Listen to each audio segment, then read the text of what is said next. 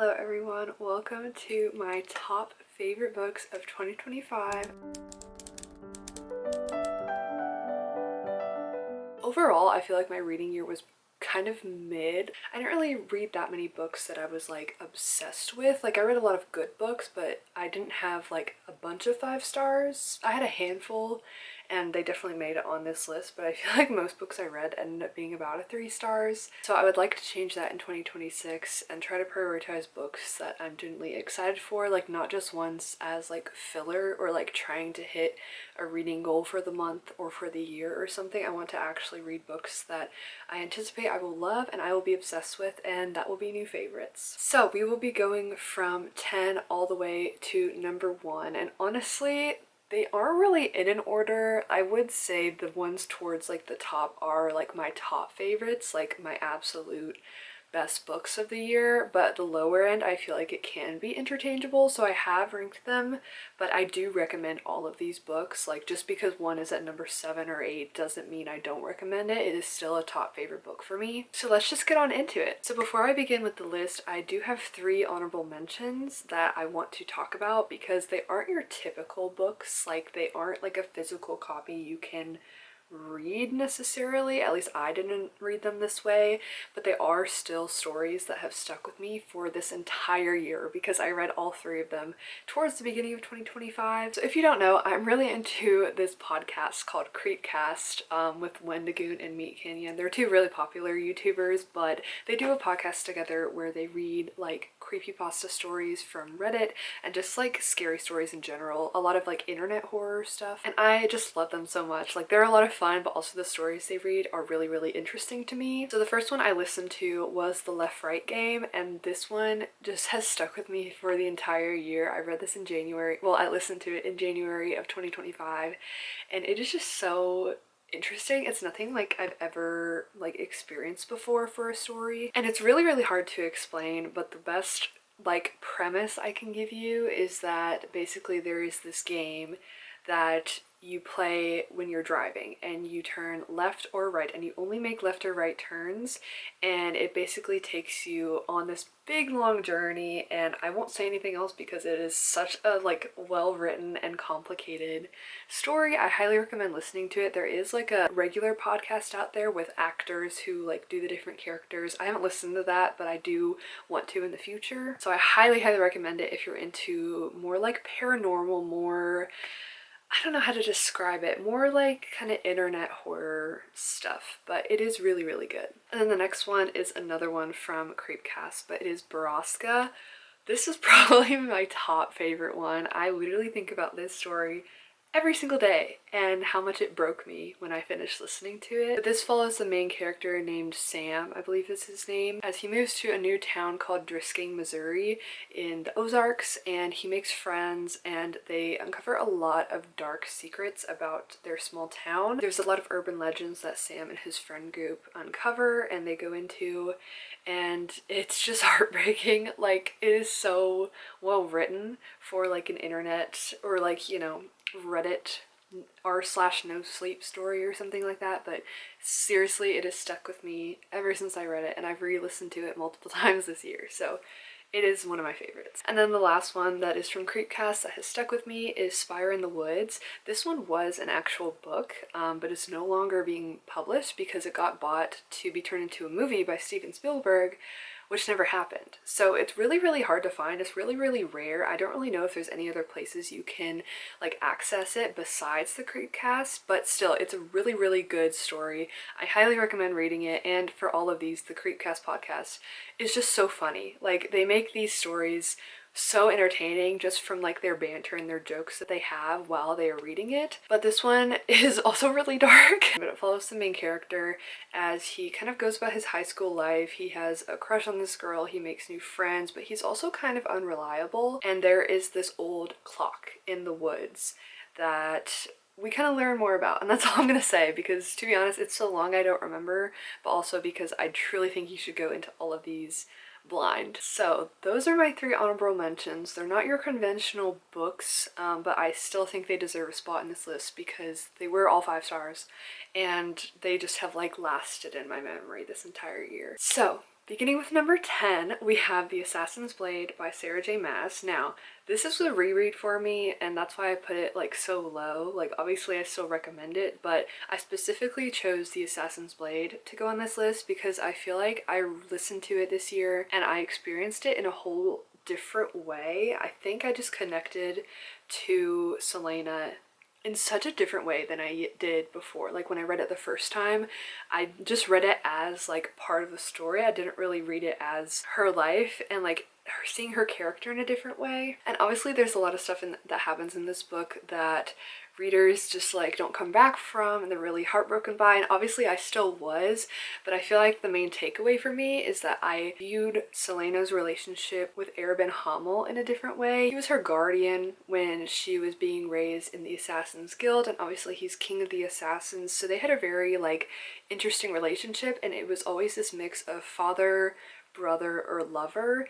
And just rereading it this year, that just hit way differently, and it just really showed me a lot more about her character and how she does things because of what he did to her, raising her, and what happened in the events of the Assassin's Blade. And then going into Queen of Shadows, we see how she kind of like reclaims a lot of stuff and how she like goes back to her past and her roots with the Assassin's Guild to like make progress forward for what she needs to do. Sorry that it's all very vague, but I just don't want to spoil anything because I read this number 4 in the series. If you read this first in the series, it's almost like a prologue, like it's a prequel to the events, but if you read it fourth in the series, it's kind of like a flashback. So for me, reading it for the second time as a flashback, it just made it more emotional. I just really connected a lot deeper to her character. And one of the big connections I made while rereading this was that Arobin and Selena's relationship remind me so much of Jinx and Silco from Arcane. Just that weird dynamic between like father, you raised me, you took me in, and then brother, like we can still play around with each other as if we're siblings, but then lover, there's some weird like uncrossed territory here that kind of leads down that road, but it's never explicit, you know? And it was just such a good reread. So number 9 on this list was a debut author and a new to me book. This is one of my top anticipated reads of 2025. I was lucky enough to get an ARC of this book, so I read it on NetGalley while I was abroad in Germany and Austria, and I will just say like that was the most perfect read I could have had while on vacation. Like it was just so much fun. But that was Soul Match by Rebecca Danzenbaker. I feel like this is still very underrated and a lot of people haven't heard about it or haven't read it, and I think that is because it is a YA book. So I feel like a lot of people that have similar tastes to me in terms of fantasy and genre and whatnot won't gravitate towards this because it is a young adult. And I will preface this by saying it reads very young adult. Like you can tell this is made for teenagers. The characters are teenagers and they most definitely act like it.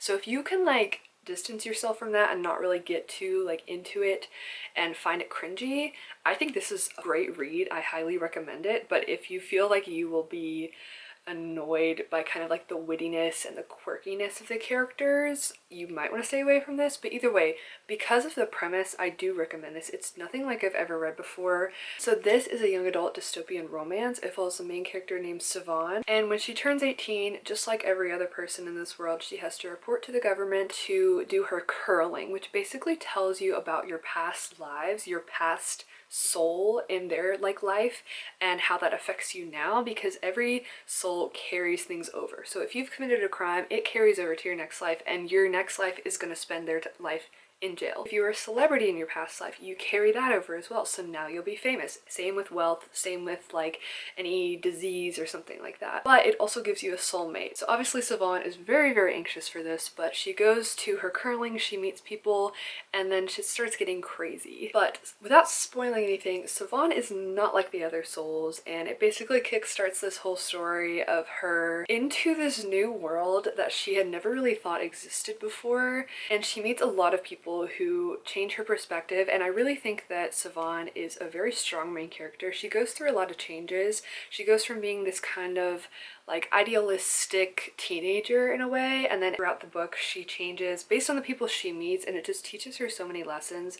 And I think my favorite part of this were the characters. They were just so well written and they just felt very real. Like obviously the teenager aspects, like the YA parts of this, weren't my favorite. As an adult, I've tended to like get away from YA books. They just haven't really been what has interested me.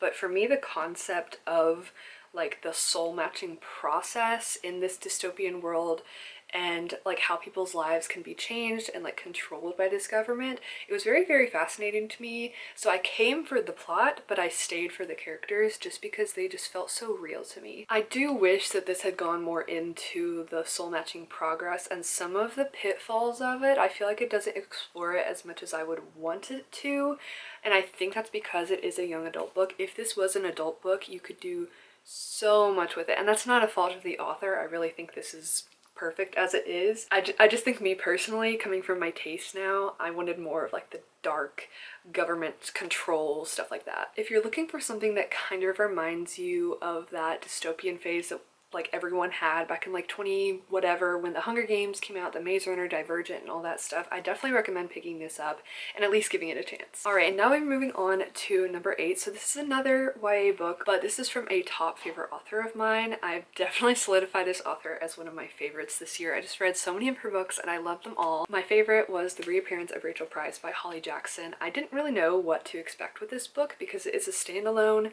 and it's kind of longer, and I had seen kind of mixed reviews.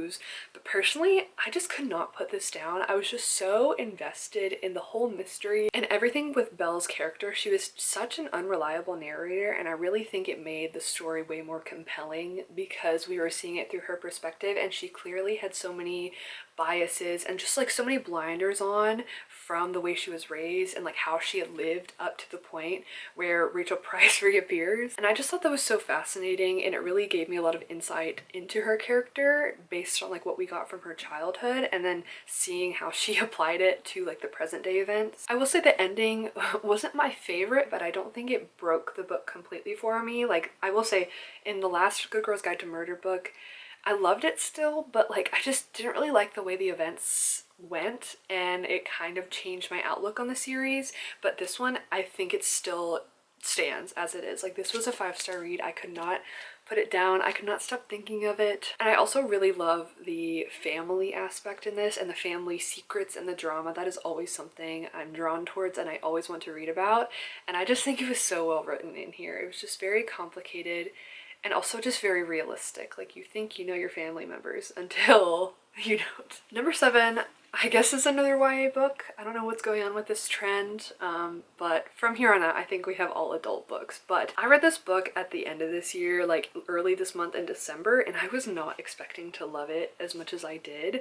I truly just picked it up on a whim, like randomly. I wasn't even in the mood for it, and I'm a huge mood reader. This just like really surprised me. I didn't really know what I would think. It is very well loved on the internet, so I kind of lowered my expectations a bit, but I was pleasantly surprised. So we have Divine Rivals by Rebecca Ross. I loved this book. It was just such a beautifully written story. Rebecca Ross's writing is definitely some of my top favorite writing I've ever experienced. It's just so lyrical, very like light and whimsical, I would say, with still like a serious tone. I feel like a lot of people know what this is about, but we follow Iris Winnow, who works at this newspaper. Her brother goes off to this war between these gods that are fighting, and she essentially just goes on this mission to find him. But she also has a rival at this newspaper named Roman Kit, and so they're kind of like bantering back and forth. They don't really like each other very much because they're competing for the same position as a columnist. But Iris also receives these magical messages through her wardrobe from this random person she doesn't know, but they type messages back and forth to each other and they have a connection. I won't say much else because I don't want to spoil it. I think you should go in knowing like barely anything, or knowing at least what's on like the synopsis cover, because I didn't know much besides that, and I was just so surprised at how everything unfolded. I really, really loved the characters, not just Iris and Roman, but everyone else we meet. And I also think the war between the gods and kind of like the world building, the fantasy aspect was also really well done. I just wish we got a bit more. Like, that was the one thing I wanted more of in this book, was the political kind of battles, like what started the war between these gods. But I have heard that in book 2 we get more of that, so I'm excited for that.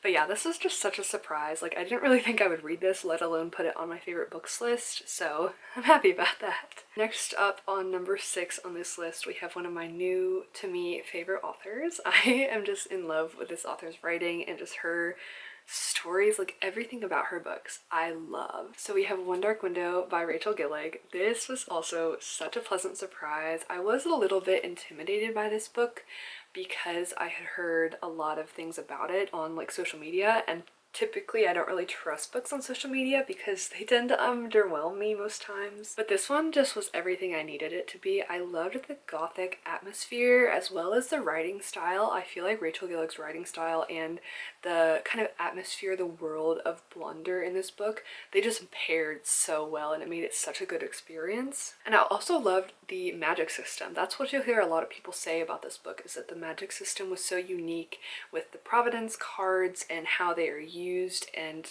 kind of like used as a plot device in this story almost. Like it was just so interesting. And obviously the characters were a cherry on top. I really think Elspeth as a main character was different and also really interesting, like especially with the nightmare as kind of like not really a foil to her but like an extra component to her character.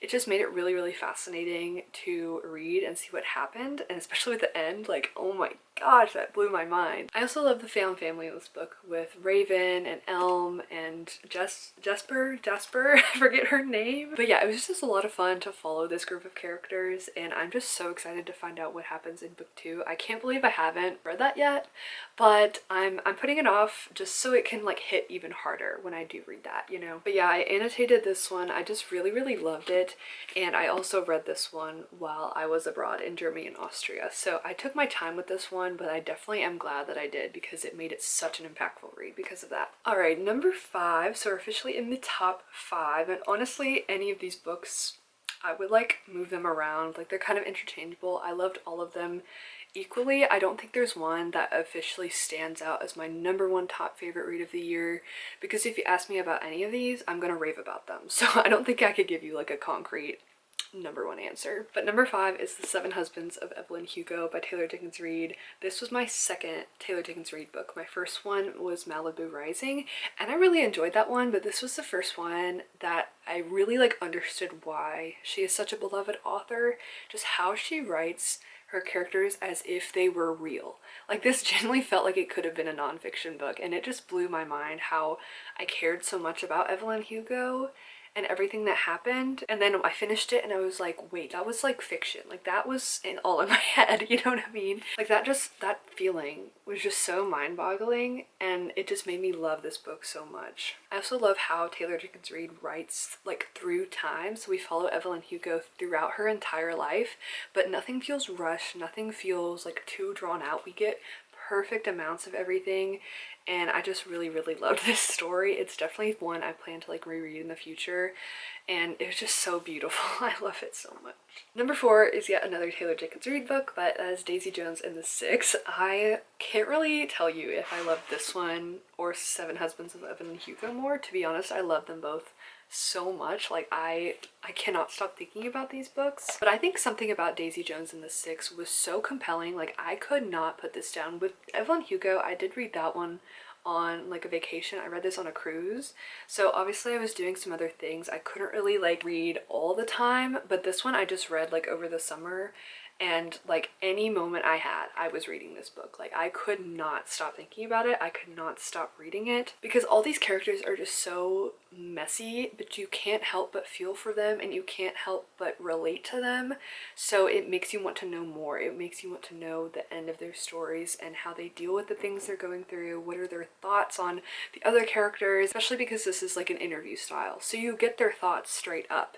And I just think that was such a great way to tell this story. Like it was just so beautiful. You get so many details without all the like info dump and all the like details and everything. Like somehow it is still so vivid without any of that, just dialogue. So yeah, Taylor Jenkins Reid as well is definitely a top favorite author for me that I discovered in 2025. Okay, now we are in the top 3. So I'm getting excited to tell you my top 3, but just remember that none of these are like officially ranked. Like I recommend them all equally, but I think these 3 were the ones that affected me the most. Like obviously all of these had an effect on me because I love them all. I gave them all like 4 or 5 stars. Like they are my favorites for a reason, but I think these top 3 are the ones that like they changed me as a person and as a reader, which is what reading is meant to do. So number 3 is one that I recently finished, but if you've watched any of my videos this year, especially in the later half of this year, you will know how long I was reading this book and how much I loved it, but it is The Night and the Moth by Rachel Gillig. As much as I loved One Dark Window, I think I loved this one more. I don't really know what it is. Like I think both of the stories and the worlds